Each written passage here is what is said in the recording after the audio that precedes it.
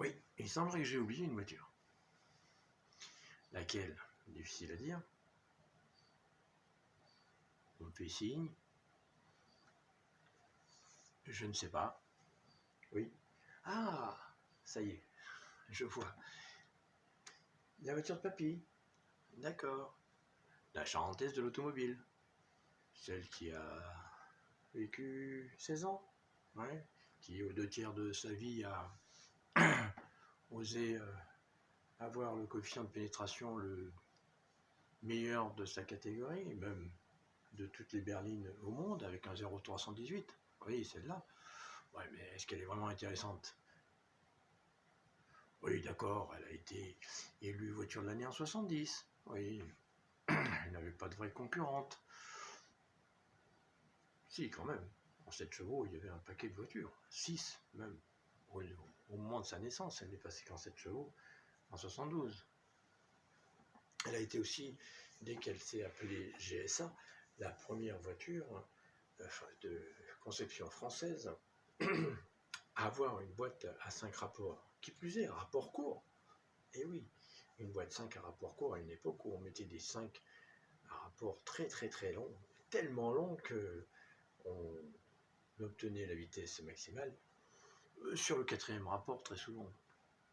Oui, c'était la version sportive qui avait la boîte 5 de série. Oui, la seule.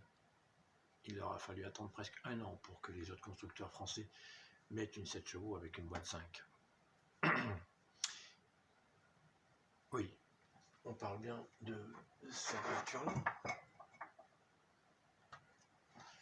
Ici, c'est une X3. Je ne sais pas si vous la voyez bien. Voilà, peut-être mieux. Voilà. C'est une voiture, effectivement. La GSX3 a été la dernière GS, vraiment GS, puisqu'après elle s'est appelée GSA, les GSA ont repris le moteur de la GSX3. Mais nous en reparlerons toute l'année. Parce qu'on va la mettre en concurrence avec, forcément, les voitures de même catégorie, mais aussi avec sa plus sérieuse concurrente, qui, elle, va fêter ses 50 ans cette année, 1971, 2021. 50 ans. Elle sera la plus sérieuse concurrente, elle naîtra, et elles ont beaucoup de points communs d'ailleurs, puisqu'elles ont une histoire commune. La carrosserie de la voiture concurrente, la plus sérieuse en tout cas, a été proposée à Citroën.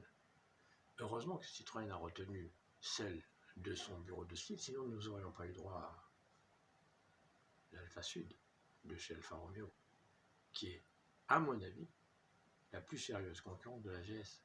La GS qui trustait beaucoup de premières places, mais qui avait aussi quelques lacunes, quelques défauts rédhibitoires pour certains. Mais nous en reparlerons tout au long de l'année. Parce que cette émission, toute amatrice qu'elle soit, se veut d'abord parler des voitures.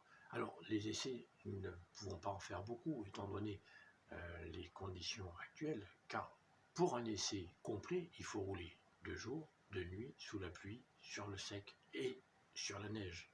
Nous sommes à l'Auvergne, la neige, nous pouvons en avoir un petit peu. Des nuits, il y en a aussi, mais malheureusement avec le couvre-feu, comment expliquer que nous faisons des essais alors que nous n'avons pas de carte de presse? Très difficile. Il faut se faire prêter des voitures par les concessionnaires. Pour l'instant, nous ne sommes pas connus. Ça va être très difficile de pouvoir obtenir ce gain-là. Donc, nous parlons de voitures. Nous essaierons de redorer le blason de certaines, comme cette GS, qui est un peu oubliée. Nous essaierons d'en faire des essais si on peut nous prêter ce genre de voiture, si nous trouvons des propriétaires qui veulent bien nous la faire tester. Nous la comparons avec ses concurrents. Nous parlerons aussi des voitures récentes. On ne va pas se contenter de tout ça. Il faut aussi parler de tout. On va aussi parler de ces voitures qui sont peut-être placées un tout petit peu trop dans la hiérarchie et qu'on voudrait un petit peu égratigner. Voilà. Tout ça, ça sera on parlera d'écologie aussi, puisque c'est aussi la nécessité d'aujourd'hui.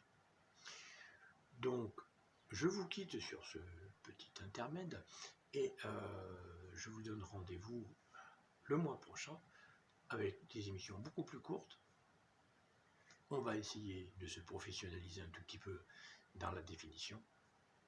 Et puis parler automobile et oublier un petit peu les coups de gueule autres que nous avons pu avoir. Mais nous en aurons aussi un automobile, il ne faut pas rêver. Hein. L'automobile est un petit peu sacrifié aussi sur l'autel de l'écologie et d'une certaine rentabilité. L'écologie passe-t-elle par l'électrique? Personnellement, j'en suis pas convaincu.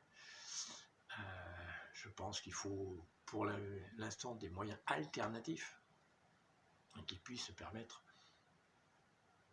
de rouler en polluant moins. Mais le tout électrique, ça va être compliqué. Avec des écolos qui veulent tout électrique, mais qui ne veulent pas de centrale nucléaire. On ne veut plus des barrages parce que ça noie des paysages. Les éoliennes gâchent aussi le paysage et il y a des écolos visuels qui ne sont pas pour. On veut aussi maintenant des fermes photovoltaïques, mais ça prend de la place sur les terrains cultivables. Et puis esthétiquement, on ne peut pas dire que ce soit très beau non plus. Que fait-on? Que fait-on? Quand nous avons des grands froids, on nous demande de réduire notre consommation électrique dans notre domicile, et on va rouler en électrique. Je ne suis pas sûr qu'on puisse changer les 35 millions de voitures en électrique, comme ça, d'un seul coup, en disant on va produire de l'électrique propre. À vous de voir. On en reparlera, toutes ces petites choses-là. Voilà. Je vous dis à bientôt, en espérant que je vous aurai un tout petit peu intéressé.